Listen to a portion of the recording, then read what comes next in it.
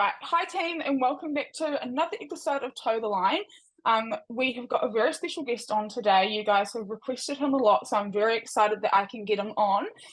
Today's guest is a very well-known face in the rugby space, from being a player at provincial and super level to now being a coach and also a fellow podcaster. He's played professional footy in most corners of the globe, having played for Tasman and Taranaki at provincial level.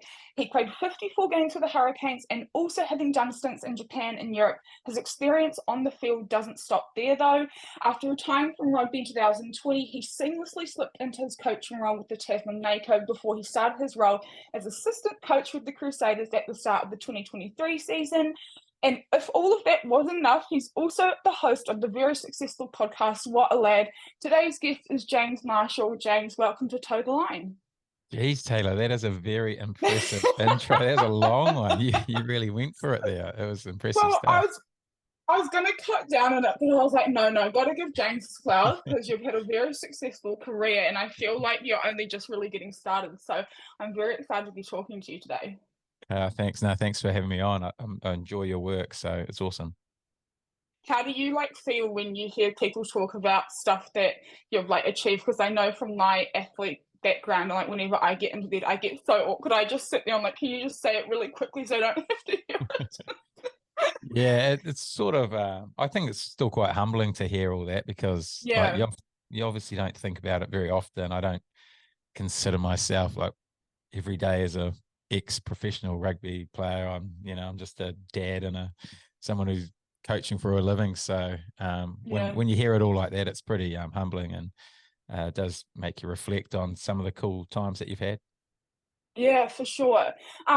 Yeah, well, we're going to get into everything that you've achieved and gone through as a professional player and everything. But my first question, probably the most important question, is how are you? How are you doing? How's life going? How's the kids and how's the wife and the family and all that good stuff?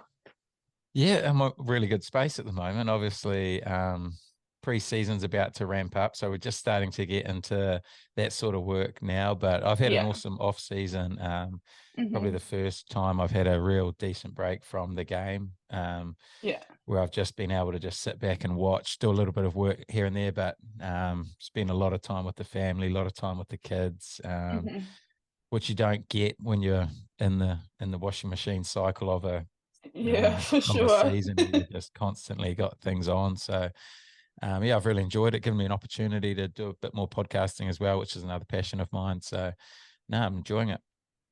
Yeah, and how are the kids? You've got three kids, don't you? And they're quite young. Yep, 7, 5, and 2, all boys. Just dropped them off at school just before, and yeah, it's all go at our house. We had a 4-day weekend, teacher only day, then Canterbury holiday. So, Oh, felt nice. like we've just come from a big school holiday, really. That's so funny. Nice to take a little break now, I'm assuming. Yeah, yeah, back to work, having my break. Yeah. Yeah, for sure. Okay, well, I guess we'll just get straight into it. Can you talk us through your early years of life before rugby and all the chaos of becoming a professional rugby player started? What were your early schooling years like, family life, all that sort of stuff? Yeah, so I grew up in Auckland, lived there till I was 8 years old.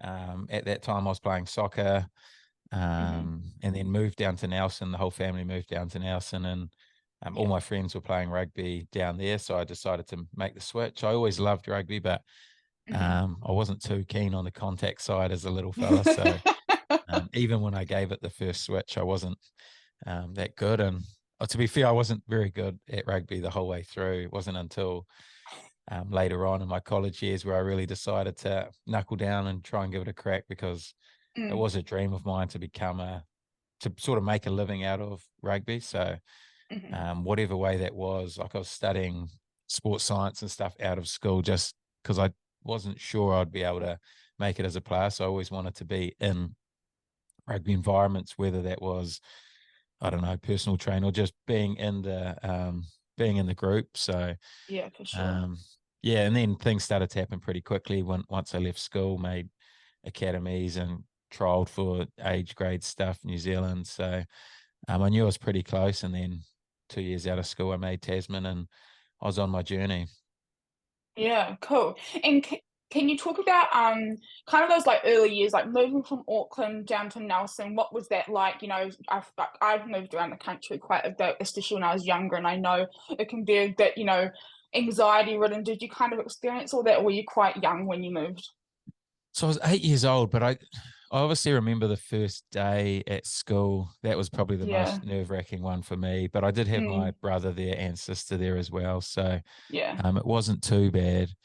Um, but yeah, no, I don't remember it too negatively. I always remember like meeting new friends pretty quickly, and um, no, I loved my time down there in Nelson. It's such a cool city to live and to grow up, and it's Yeah. small enough but big enough, and yeah, had really good times there, really good memories, and enjoyed my time through school, and yeah.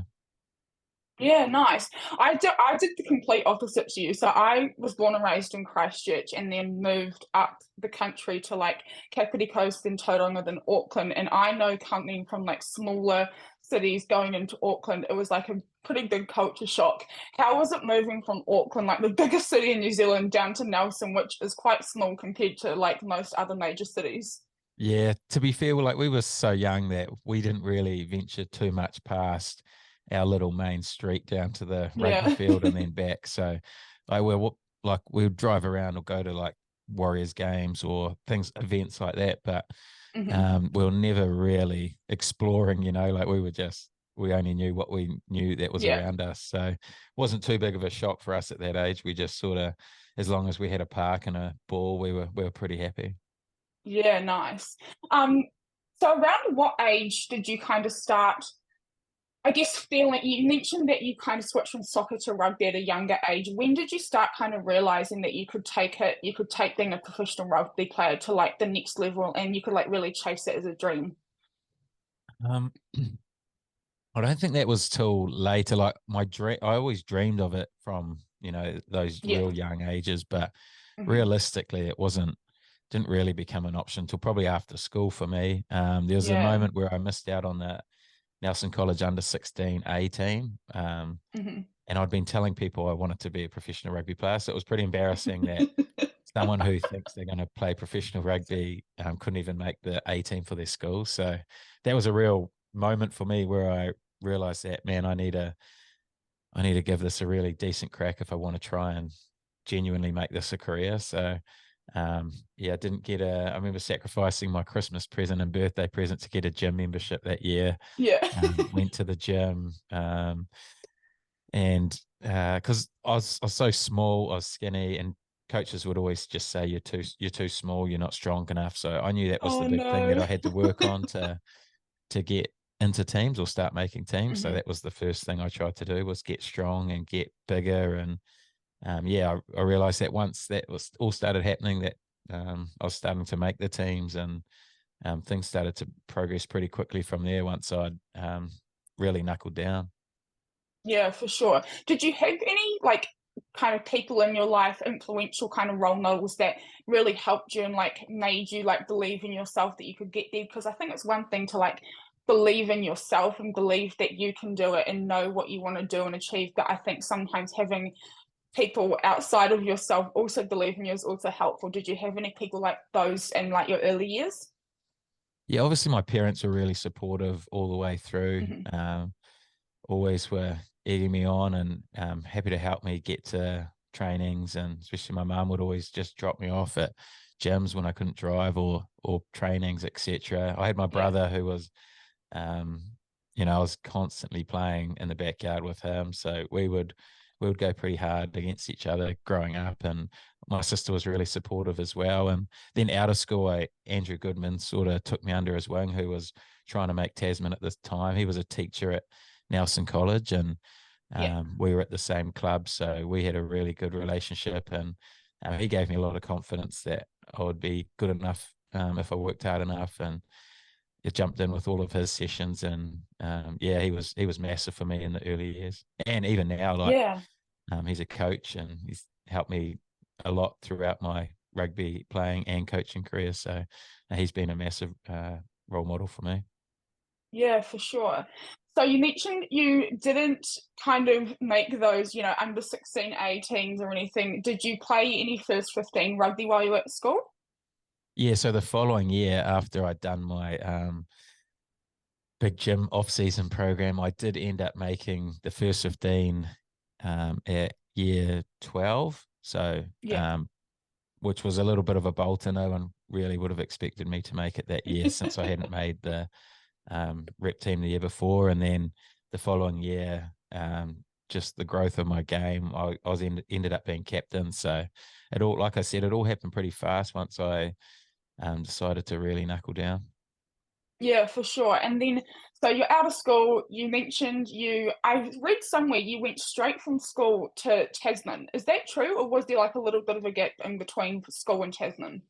I did 1 year with the Tasman Academy, and I did the under Yeah, 20 Tasman under 21s, and then it was the following season that I made my debut for Tasman. So there was a year gap in between there, yeah, um, which I definitely needed. Even when I made the team, I was still so raw. Like Nelson College wasn't a massive rugby school at the time. They're just starting to grow their program. It's pretty hmm, impressive now, but back then it wasn't yeah, a major rugby school. So like I didn't understand shapes or structures or yeah, I found it really intimidating as a first five going into that Tasman environment, trying to boss some of these legends around and tell them what to do when really I've got no idea what I'm trying to do myself. yeah, for sure. Do you think going from like a school where it wasn't like a major rugby school and you probably didn't know really as much as maybe you could have going into a professional environment, how quickly did you have to like learn the ropes going into that Tasman squad? Yeah, like that's a tough one because I felt like it took me probably longer than it should have. Like I reckon I was at Tasman for 4 years, and even in my fourth year, I was still like the brand that we were playing at Tasman. I was still pretty loose. Like Mm, loved to run the ball, didn't have much like big picture game sense that you probably need to at that level, and that took me a little bit longer to work out. But I think that's yeah, all part of it. It's all part of the journey of becoming a professional rugby player, especially in a pivotal position like first five. 100%. Everyone always sees the young talent who, especially when you see the young guys come through who can sidestep or fast, whatever. And Yeah, a lot of it is those key guys, how they can drive the game and how they understand the game, and those little things. That's why you see so many experienced first fives doing such a good job. Look at Johnny Sexton, like been yeah. around for about 30 years and still playing Yeah. so well. So yeah, it's Yeah, interesting. Johnny Sex yeah. Mentioning Johnny Sexton, like when I think of first fives that come to mind who I think have been so pivotal in the game, Johnny is obviously one of them. Like he's been around for so long. He's not retiring yet, is he? Or is he? I think he has retired. Yeah, I think that World Cup was him done. So uh, That's so sad. yeah, I love watching him play. He's awesome. yeah, he is. He can play all right. Yeah.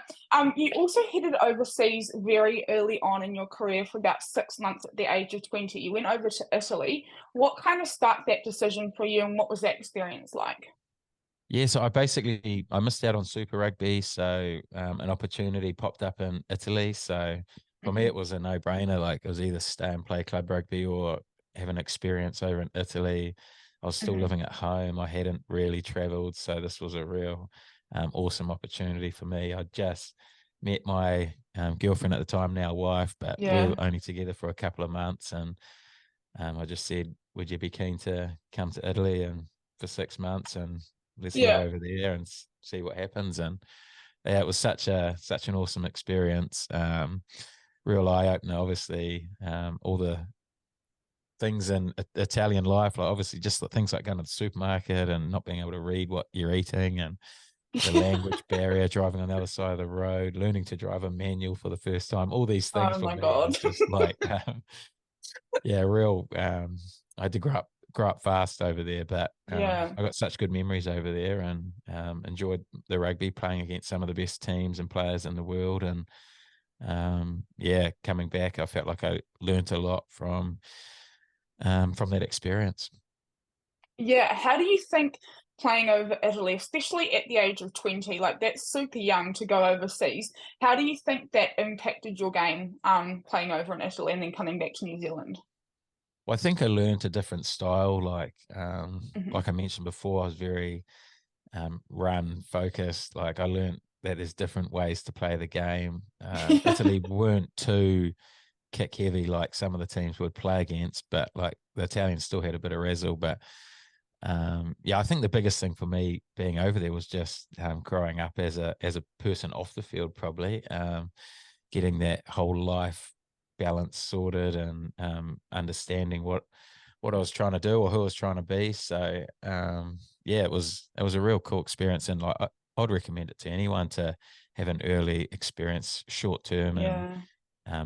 see a bit of the world, and yeah, like I said, grow up a little bit and come back with a new focus on what you want to try and achieve in the game here.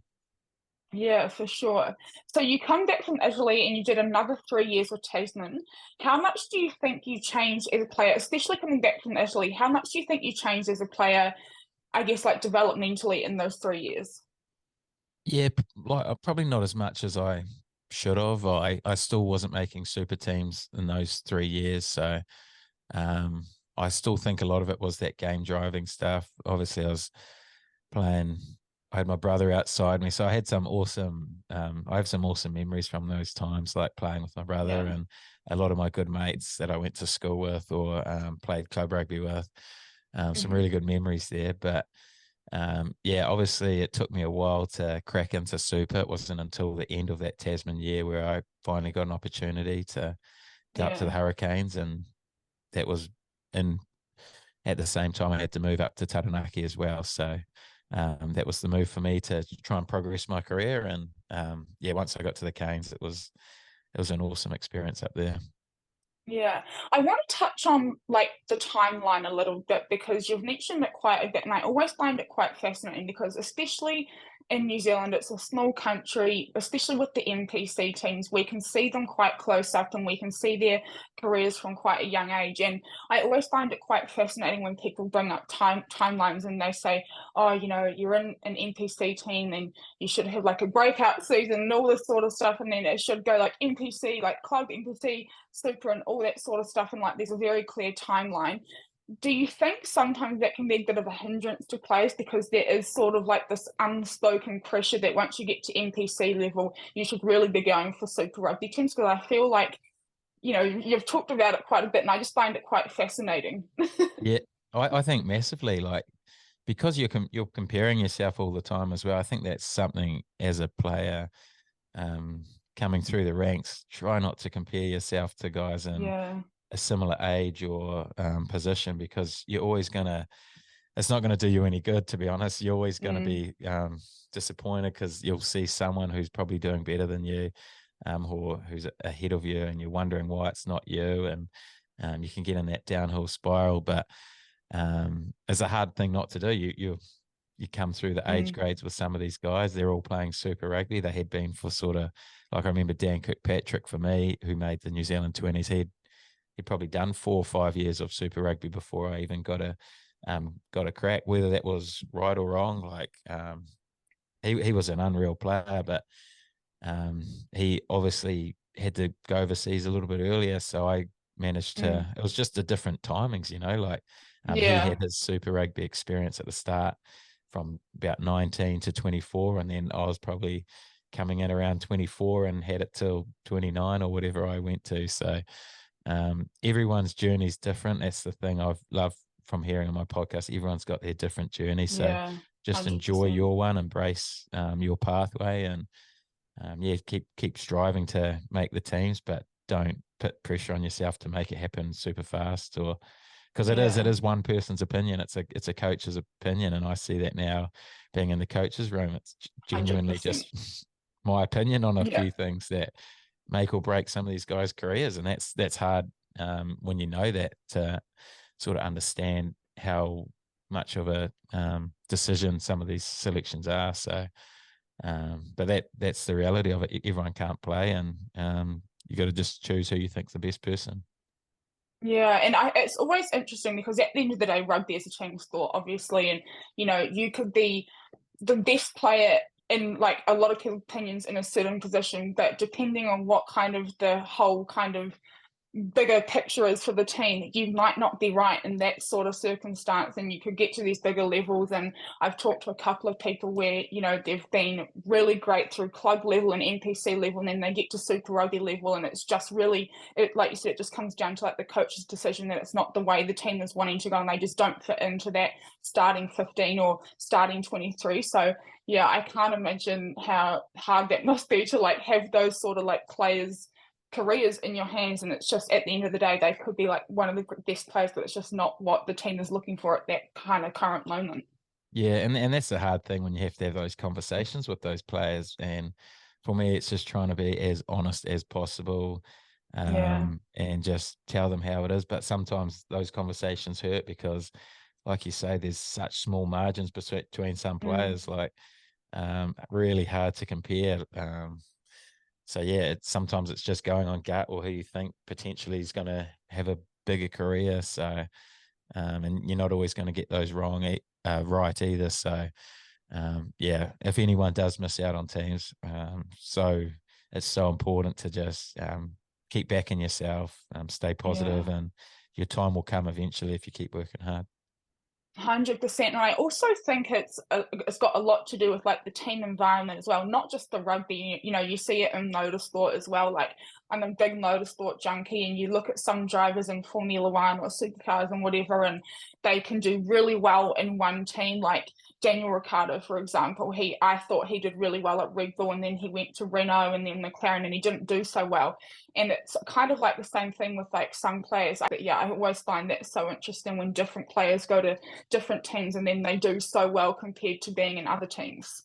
Yeah, and like you spoke about there around being like what you do off the field as well, and it's Mm. such an important part of what people don't see. Is everyone sees the 80 minutes on the field, but like some of the best players that are in the game, what they do off the field is pretty incredible. And I mean, a couple of guys who come to mind for us who Richie Mwanga and Sam Whitelock, Yeah. obviously they're both leaving, but what Hmm. those two guys did off the field throughout the week to make sure everyone was aligned and on the plan and on everything was pretty special to witness for me as a first year coach at that level. So yes, the great players aren't just the 80-minute players that you see. There's so much more that goes on behind there.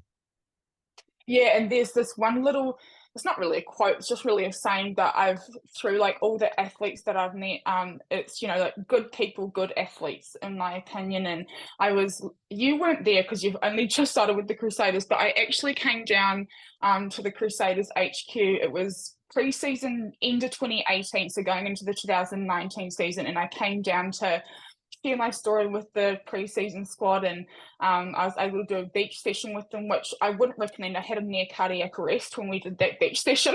That wasn't fun. I was like, why did I agree to do this? But I obviously met a number of the players, but you talk about Richie Mwanga, and he is just like one of like the most humble and nicest people I've ever met, and it's just so when I say good people, good athletes, Richie is like one of those people that come to mind. So yeah, it's always so interesting for me, when you're in those environments as well. Yeah, and obviously you felt it. Like it's pretty special when you're in it and you see it firsthand and get to experience those sort of moments. So yeah, that's pretty cool to hear. Yeah, for sure. Now, I hate to bring this up, but you never quite cracked playing for the Crusaders, but you did get your shot at playing with the Hurricanes, and you kind of joined their wider training squad in 2013. What was that opportunity like? And, when you got the call up, what was that kind of feeling like? You finally kind of got your dream of playing in Super Rugby. Talk us through those kind of early memories. Yeah, that was special. To be honest, I was a massive Hurricanes fan growing up, so I was obsessed with the Hurricanes. So Yeah. playing for the Hurricanes was always like a dream for me. I was a Yeah. Christian Cullen fan, um, probably more than a fan, to be fair. I was obsessed with the guy and used to love watching him and the rest of the Yeah. Hurricane backline. It was so to be actually called in and yeah, a lot of the legends I'd been following pretty closely because I was a rugby nut. Like I used to really follow it. I knew everyone. I probably knew everyone's weight and height and all that sort of stuff. So I was going in there, seeing all these players that I'd idolized over the years for the first time, and yeah, it was pretty cool. Like see the Conrad Smiths and all these Yeah. guys that you just like massive starstruck straight away. So yeah, it was pretty awesome. And then I didn't get a huge amount of. I didn't play that first year. Just got to do the preseason, but I Hmm. came in pretty fit and was pretty strong from like what I said before. Like I had to get strong because there was always going to be a reason I wasn't selected. So I was fit, strong, and yeah, committed. I worked hard, and I think the coaches were impressed by that. So Hmm. went away that following year, played for Taranaki, played in some big games where we had the Ranfurly Shield, and I think had a game against Canterbury where I went all right, and then after that game, had a call from the coaches that I was full contracted the following year. So signed for 2 more years, and yeah, that was pretty much the start of my super career there. Yeah, and what were those first 2 years like being on a full contract like? Because I think, being on a preseason contract or wider training contracts, like it's always a bit different to those full kind of playing contracts. So what was that like? Yeah, it was awesome. I was loving being involved in the environment. Like Yeah. yeah, like I said, it was always a dream, and to actually be in it was so cool. I didn't get a huge amount of playing opportunities in those games, and when I did, I didn't really grab them like I probably should have. Or I look back on Yeah. some of those games and wish I did certain things. But yeah, they're all awesome learning experiences. And then it wasn't until the following 2 years where I sort of cemented the fullback spot there Hmm. with Bodie at 10, and yeah, managed to have a couple of really good years at the back end there. Yeah. What was playing with Bodie like? Because I can imagine that would have been pretty cool. Yeah, he was so special. I love playing with Bodie. He just had the skill set that he could do anything. His anticipation, his speed, his fitness. Like he was always one of those guys that looked like he would always get the lucky bounce, but he'd put Yeah. himself into so many of these positions consistently that he was going to get them more often than not because he was so his anticipation was so good and his speed and fitness was incredible. And um, yeah, I felt like we had a really good working relationship. I love playing with him. He's like I said, his skill set, his kicking game was just on point. And Yeah. yeah, awesome hearing that he might be signing for 4 more years here in New Zealand. So that's a Yeah, hell of a I don't career think for. many people were expecting that. Nah, done well. But his body's obviously still in great nick, and had a really good World Cup. So yeah, good stuff. Yeah, for sure. You also had more than 40 appearances for the London Irish between 2016 and 2018. From kind of like your own personal experience, what was the difference, or how did you feel the game was different between being played in the Southern Hemisphere here in New Zealand and then in the Northern Hemisphere?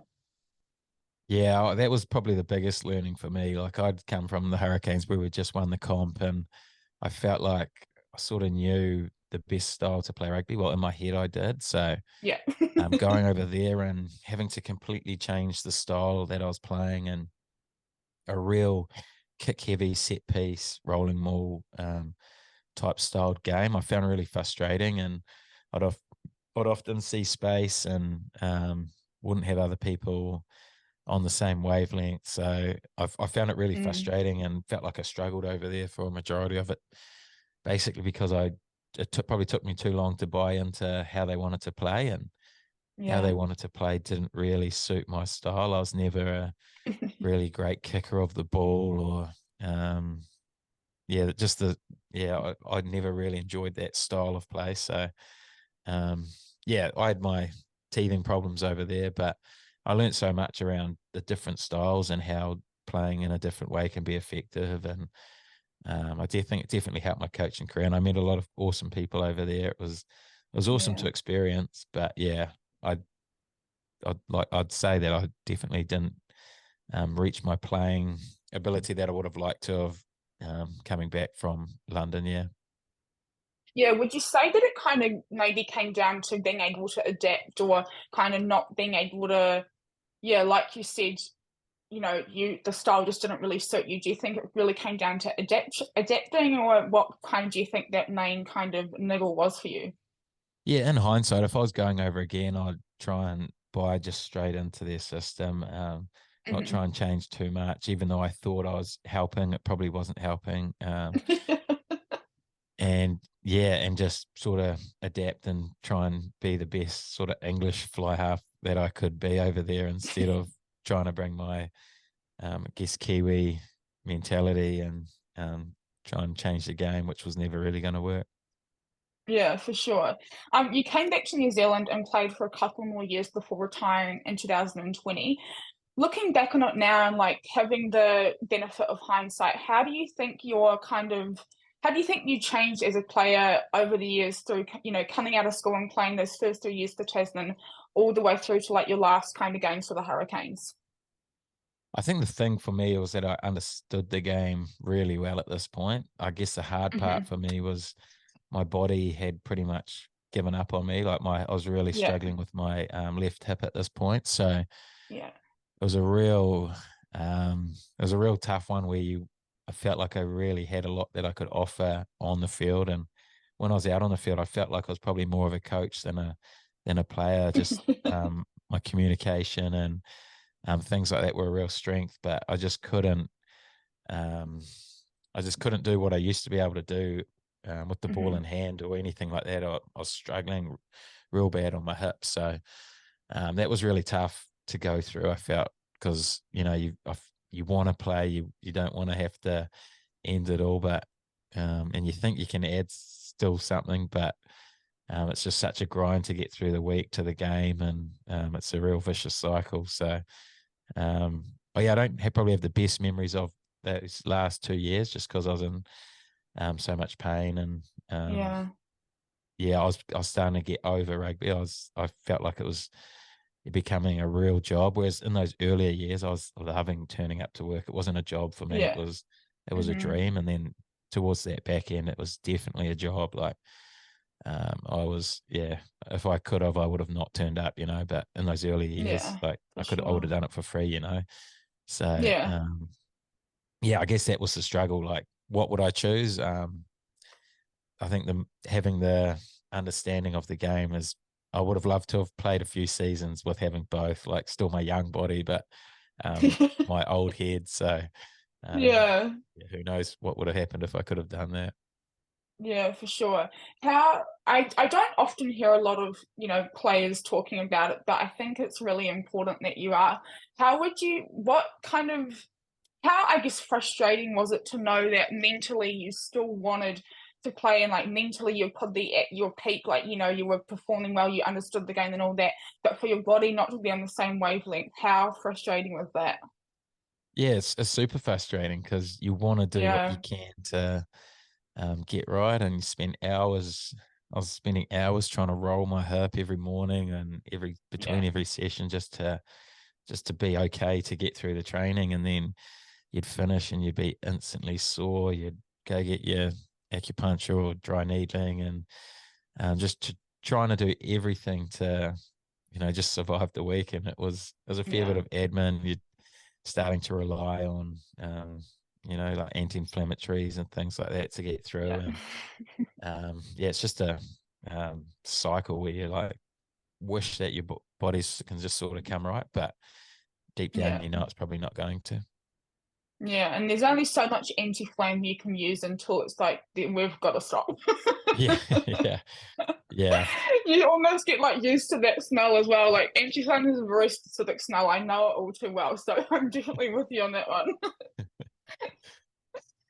Let's dive into your coaching role, and I always find it so fascinating when players so seamlessly move into coaching roles, because just because you're a good player it doesn't mean you're going to be a good coach. But for you, it was the opposite. Like, you were a very good player, and I'd say you're an even better coach in my opinion.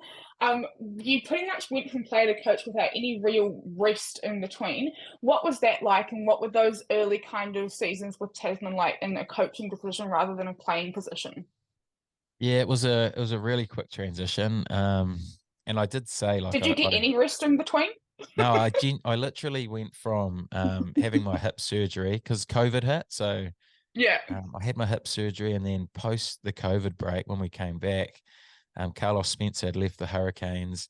So Hmm. Jason Holland asked me if I could take his role and take the backs just for I think we had like 5 or 6 weeks left in Super Rugby. So it was Yeah. literally 1 week being a player to 1 week now you're coaching the guys. But I found that quite easy because I Hmm. was driving a lot of that stuff anyway. Like I said, I couldn't add a huge amount on the field, but what I felt like I could add was around the technical, tactical side of the game. And always, like I said, I felt like more of a coach, even when I was playing, than a player, really, like just one of those water boys out the back telling guys where to go or what to do. And that was probably the dream role for me at that point. But then when I moved down to Nelson, Hmm. decided to settle. I wasn't chasing the coaching dream because I didn't want to have to keep moving the family around. We'd move. You've heard how Yeah. many moves we've had. So a Yeah. lot of those were with Japan as well. So Yeah. um, moving the family was starting to get tough. So we wanted to try and settle somewhere, and Nelson was that spot. And then Andrew Goodman, who was coaching Tasman at the time, asked if I could come in and help, and I asked him if I could do anything while I'm in Nelson, still sort of rehabbing. So the Hmm. first year, I had no real role. I just was watching and helping out where I could, adding my opinion and little bits and Yeah. bobs, and saw how it all worked and learned off 4 really good coaches. So that was awesome experience. And then the following year, I had a role coaching the backs, and um, yeah, it all happened really quick. And um, yeah, I'm loving it. Like it's such a cool Yeah. experience. And obviously, 2 years into my Tasman coaching career, I get the call from Razor. So that was the big test on whether I'm looking to go down that coaching route or not. So it was probably a harder decision than people would imagine, just because didn't want to Yeah. move the family again. But too hard of an opportunity to turn down. To be fair, like Yeah. opportunity to coach down here with one of the most successful teams ever, really, and Yeah. with Razor and Scott Hansen and Tamati Allison and Dan Perrin, like it's such a good learning experience for me. And yeah, I'm so glad I did it because absolutely loved it. Yeah, for sure. So when when you get that call from Razor, and I've also seen in like a couple of interviews you've done, you said you didn't really quite know what it was about. So when he asked you to come and join the like coaching team, were you ever really gonna say no? Like, did that ever kind of cross your mind? Like, I just feel like anyone who kind of gets that call, especially under those incredible coaches, were you ever gonna say no, or did it come across your mind to say no? Yeah, it was probably closer than you would imagine, to be fair. Like Oh, I wasn't really? gonna do it unless my wife was gonna buy in as well. Like I'd said that she'd sacrificed a lot throughout my playing Yeah, for career to sure. follow my dream. And when I finished rugby, it was sort of like, okay, I've done my bit. I don't want to have to keep, her having to sacrifice everything for me to keep following this rugby dream. So Mhm. that was the first thing I thought of. Like, this is going to be probably quite a tough conversation.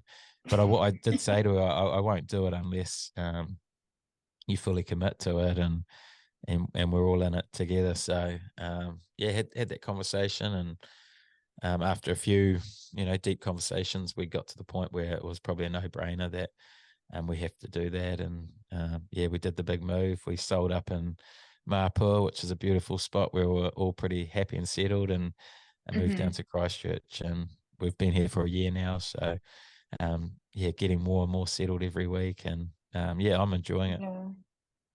Yeah, and you talk about, your wife, and I always find it really interesting how pivotal, those people at home that you don't really, whether it's a wife, a partner, a mum, or a dad, I always find it so interesting how kind of the most successful people always have, someone at home that's like their rock and is, there for them when they come home.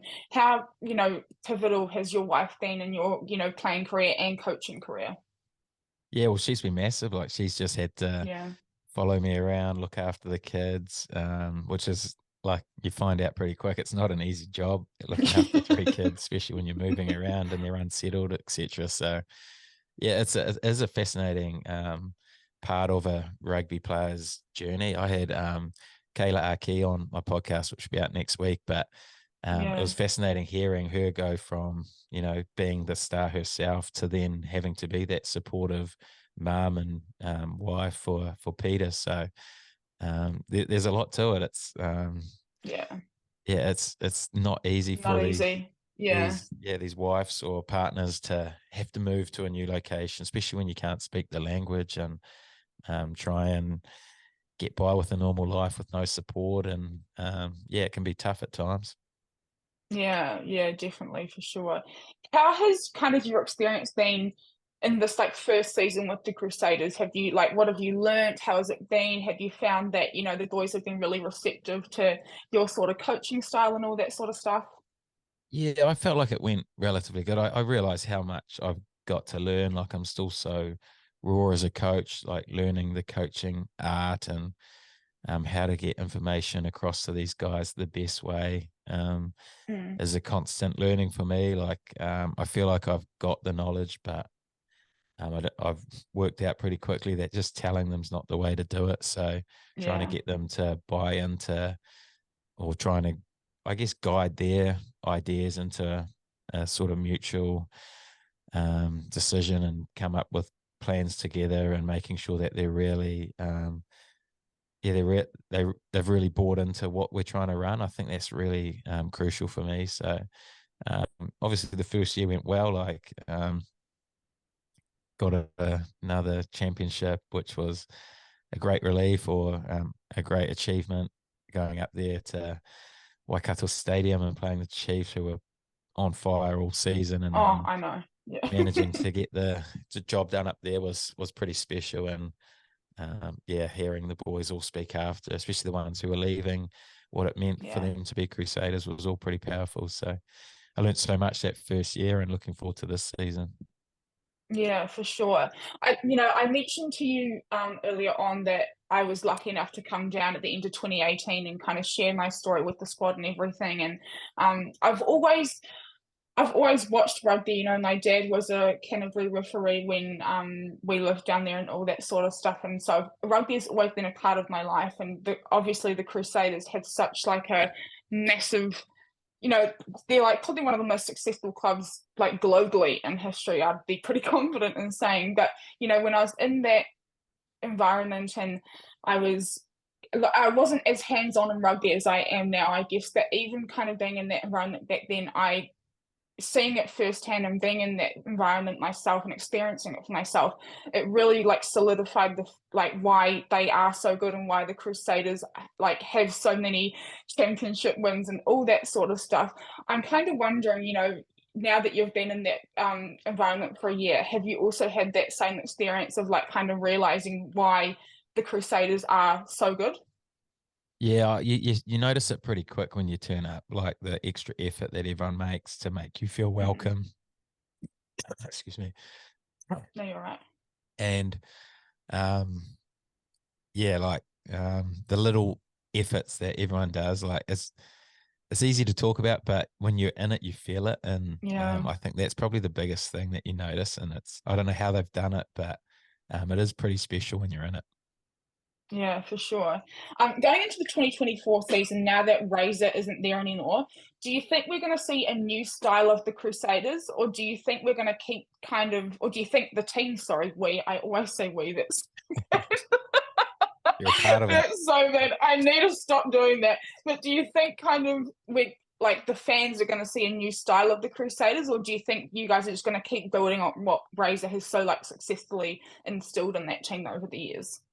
I think it would be silly to try and start again. I think it's just Hmm. building and constantly trying to look at the ways to stay ahead to make sure that we're not just doing the same thing to get caught up on, but constantly looking at ways to stay ahead of the pack. So, yeah, we won't be wiping the slate clean and starting again. And Yeah. Penny's come in and he's been awesome so far. So, really looking forward to seeing how the season goes and looking forward to working with him. And yeah, I'm really excited about the season. I think we've got a great group and Yeah. of coaches and players. So, yeah, looking forward to seeing where we end up. Yeah, for sure. Would you say that now you have the first year with the squad under your belt, do you feel more confident heading into the 2024 season? Oh, definitely. I think that's only natural. Like last year, I went in not sure what to expect. Obviously, it's quite an intimidating environment Yeah. in a sense when you're doing your first backs presentation. You've got All Blacks throughout the whole meeting, and you've got Razor on the back watching. You've got Scott Hansen on the back watching, Tamati Ellison watching as well, and you're just sort of not 100% sure what you're doing. You've only coached for a couple of years, so it's definitely. I definitely feel more confident going into this year, and from what I learnt the first year, and I'm excited to sort of put it into action and yeah, hopefully grow again because I know how raw I still am. So yeah, it's just about constantly learning for me and taking it Yeah. feedback and just keep trying to grow as a coach. Yeah, for sure. No, I feel that on a very spiritual level because I was a nine, like people don't know this, and I'm not sure if they even know this, but my first ever talk was actually to the Crusaders preseason. I'm not sure whose idea it was because it was probably the worst idea they could ever come up with. But I was like this 19-year-old girl in front of like a room full of fully grown men, like there were All Blacks in there, and I was just sitting there. I was like, I actually don't want to be here now that I'm here. Like this is very overwhelming. And then I'll always remember this. Ethan Black had stood up at the end of the thing and like was like said thank you and everything, and I was just in so much shock. And I can't even remember what I said to him, but he laughed at what I said, and I was like, I can't remember what I said, but I hope I didn't like embarrass myself. But anyway, I get that nervousness. Geez, that's going right in the deep end though. That's you've gone. Oh, I cringe. I cringe every time I think about it because I'm like, whose idea was that? That was the worst idea ever. Yeah. But we move on. I need a redo. So if you can talk to anyone, I want a redo because I reckon I'd be better now. But Okay, let's do it. what are your predictions for the 2024 season? What do you think we're going to see? Do you have any insider scoops that you can give us? Don't give away too much, but what are you thinking for the 2024 season? I'm hoping another Crusader victory. To be fair, but I'm expecting. Why did I even ask? Yeah, well, I guess anything less is probably a failure for the Crusaders now. It's it's at that point where success is expected, and Yeah, yeah, and we would expect that, and I think everyone in the squad who turns up is coming here with the goal to win the competition. And whether every yeah, team for goes into a sure. competition, I'd say most teams would say that, but whether they genuinely believe it, I wouldn't Mm, be so sure. Probably 4 or 5 teams are genuinely thinking they're a chance to win the competition going into this season. And there's some really good squads out there. I think the Chiefs are going to be really hard to beat again this year. The Hurricanes have had a young squad for the last couple, so I'd expect them to yeah, for really sure. stand up a bit this year and be one of the top 2 or 3 teams. The Blues will be there or thereabouts. Highlanders have gone for a really young squad this year, so depending how that young talent stands up, they could be in for a surprise sort of year. But I think all the Kiwi teams are in a pretty good space, and yeah, what we saw from Fiji and the World Cup I and was the just draw about to last say, year what do you was. think about the Fijian draw? Because I just have a feeling they're going to be another massive upset this 2024 season. Yeah, I don't think it will be an upset this time like it was an upset last year, but I think everyone will be expecting it this year. And True, they're a yeah. really tough they're a really tough side to play. Like we felt that over there, and we've got them over there again. Massive advantage for them when you play them over there. They're incredible side, and just the way they play suits the conditions over there, and they're used to it. Whereas our boys go over there and all sorts. So yeah, I expect them to be in the top 8 again without a doubt, and Yeah, it's for awesome for the sure. competition to see them doing so well. It'd be awesome if they could push through to a semi-final spot even, or maybe a final. Who knows? But um, Yeah. hopefully they don't win it. Got to be Crusaders, right? Yeah. What was it, just quickly, what was it like going over to Fiji and kind of like a like packed Fiji home crowd? What was that sort of experience like for you? And the heat and everything. Yeah, so I was just running the water on the sideline, but even I was struggling in the heat to get my bottles out there quick enough.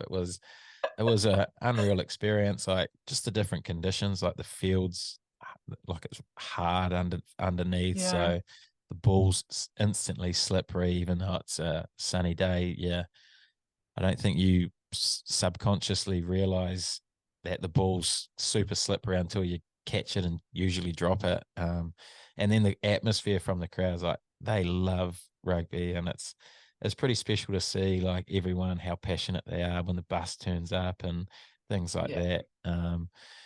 You're gutted when you lose games like that, but then you look around and realize how amazing that occasion is for the yeah. Fijian fans. And I guess the loss sits a little bit easier when you see what it means to people like that. Yeah, for sure. Let's switch gears a bit and talk about the podcast world, or more specifically, your podcast, What a Lad. What made you want to start a podcast, and how has that experience been for you? Yeah, so I was coming to the I just had my hip surgery, so I knew I was probably done coming to the end of my career.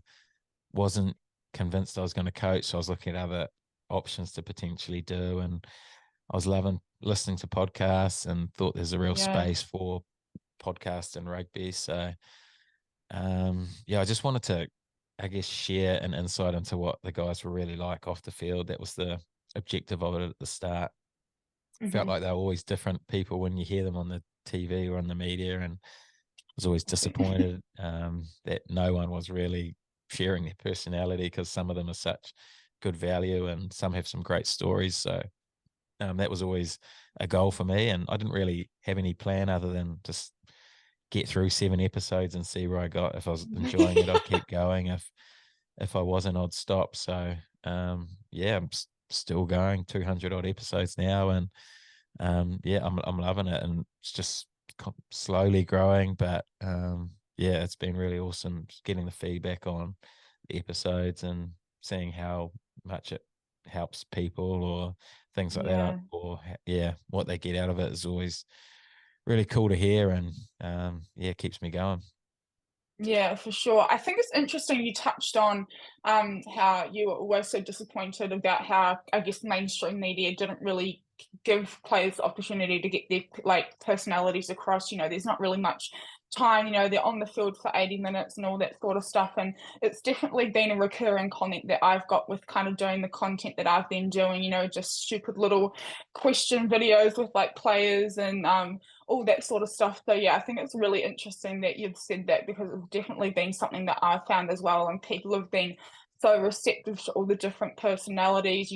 My first ever player into the Idol was with Naitoa Akoi, Oh, and I pretty much, oh my god, honestly, it was like the best. It was probably the best introduction to it, because I think I laughed more than I actually like asked any questions, but people loved it, and I think it's just so special that we're both in a position now where we can like give that to the fans, because there's not really much out like of it out there.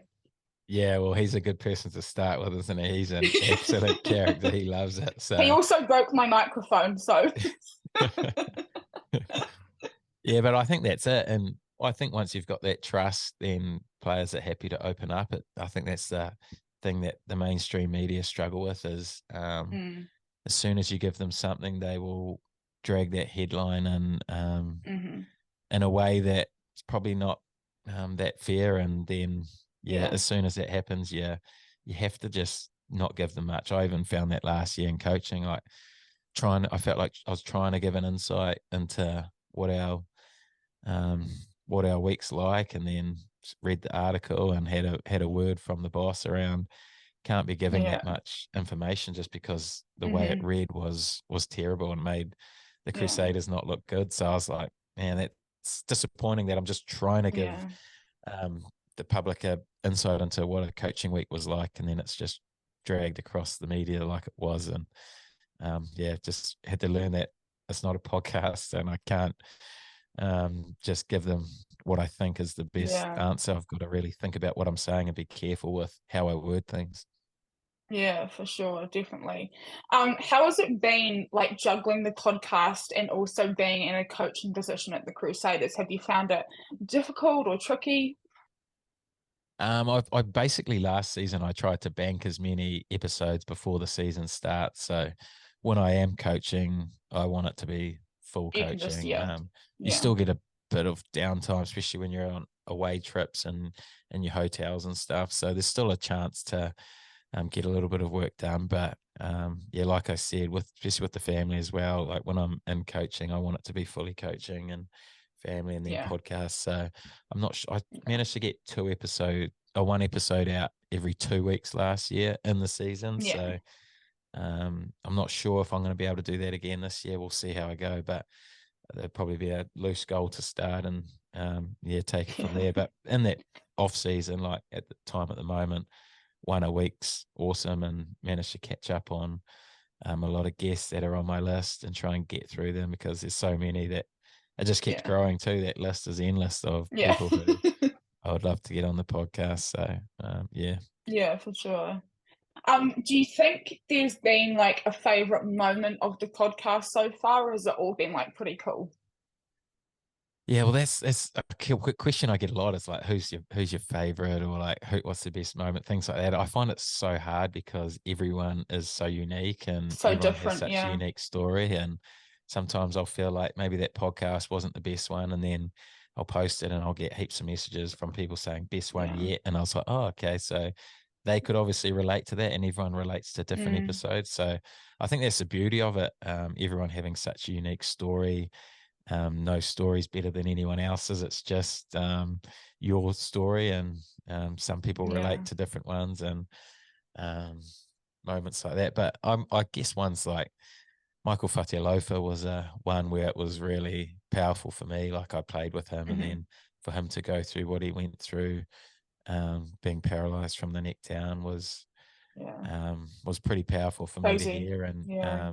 that one was one that always stands out for me as one that gave me constant goosebumps when he was talking to me, just Mm. around what he had to go through. So that's one that still stands out for me, I guess. Yeah, for sure. Do you think you'll get any more TV time on Sky Sports on the sidelines during games to get your cheeky plugs in? Do you think you're I'm they're not giving you sure. back the mic for that? I think I'm probably going to be on the sideline again as a coach this year. Depends if Matt Todd wants to do it.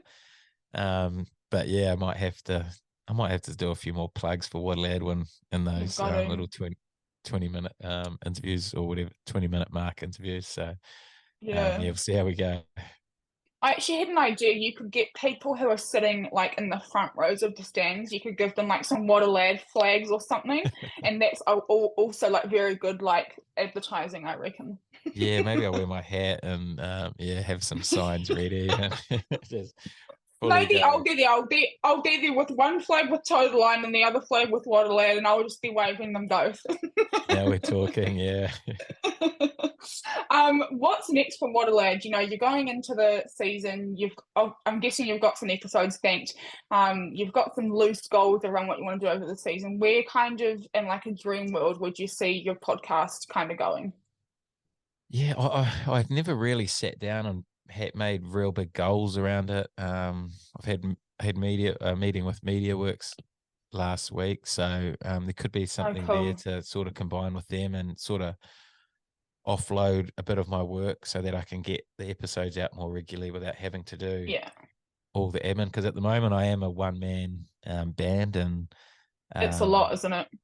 there's a fair amount of work to it when you want to try Yeah, and get clips and put it on YouTube and do all that. So um, yeah, there's a bit of work. So if I could offload some work and be able to keep producing the content, that would be a massive win for me. So yeah, for yeah, sure. we'll see what happens in that space, but hopefully something good happens there. Yeah, cool.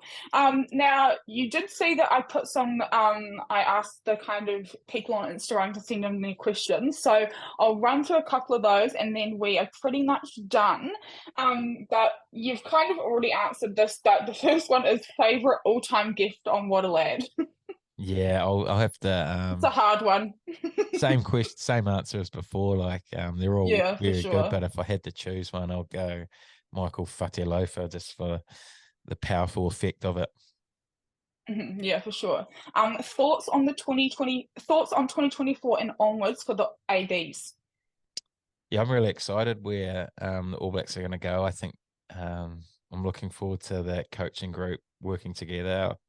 I've worked with all of them, and five of the best coaches that I've worked with before, and all of them in one room is pretty exciting. And obviously there's some players who've gone overseas, but there's so many guys in behind who I feel like are ready to put their hand up in this next sort of 4-year cycle. And I think it's going to be good times for the All Blacks going Yeah, forward. for Yeah. sure. Yeah. Any funny stories from the Hurricanes days? Oh, funny stories on the spot. That's I think some of the funniest moments for me were some of the pranks we used to do for the info committee. I've put a few of those up on my podcast, but um, used to, when got new guys were signed to the team, myself, Reggie Goods, and Mark Abbott used to try and prank all the new guys for content throughout the season for our info committee. So some of those times were some of the funniest for me. Like I remember a few good ones, and just when they find out and their reactions afterwards are always something that cracked me up. So definitely Yeah, that. for sure. What is one thing you're most proud of in your playing career? Um, I guess being able to make a living out of it, make a Mhm. living out of rugby. Like, it was always my dream as a kid to make a living from the game, and being able to achieve that. I look back on that, and super proud of being able to do that. And I guess also throughout the years, all the people that I've met, I felt like Yeah, I was always someone who would put the team first, and I've won team man awards for a lot of sides, and some of those are, I look back at that really proudly as well. Like, to be, I guess, singled out as a good team man is something that I look back yeah, for on sure. really fondly as well. So um, probably those few things. Oh, nice. And then this last one is one that I'd thought of, and it's what would be one piece of advice I should give to younger James, knowing what you know now? Oh, Hard that is question a to finish it off. that is a good one. I think um, gratitude is something that I'm like, I wish I told myself earlier, but being grateful for what you've got, Yeah, whatever that is. Everyone's got something to be grateful for, whether you've got hardly anything, or there's always something in yeah, your life that you can be grateful for. And the more time you spend on being grateful, I just think the happier you are, rather than always wanting more. It's easier to look at the things that you don't have, but if you flip that round and have spend more time on those things that you do have, and really appreciating them, I think you'll be happier in your life. So that's probably something I would have told myself as a young guy, and yeah. I think it would have helped. Yeah, for sure. Well, speaking of gratitude, I'm very grateful that you've taken the time to speak to me today. And I know that all my listeners are going to really love this chat because I've definitely loved it so much. But yeah, thank you so much. That kind of wraps up the episode for today. And any last words for the listeners? Any last messages? No, thanks for having me on. It's been awesome. You've hosted that really well. So you're a podcast wizard. So looking forward to following your journey in the podcast world as well. So I appreciate it. It's been awesome. Oh, thank you. Thank you so much for joining me. And if you're listening on any of the audio platforms, make sure you follow and leave a nice review. Or if it's mean, I just won't read it. And then subscribe on YouTube and make sure you go follow James on his podcast and on Instagram at What a Late Podcast as well. Thanks, guys.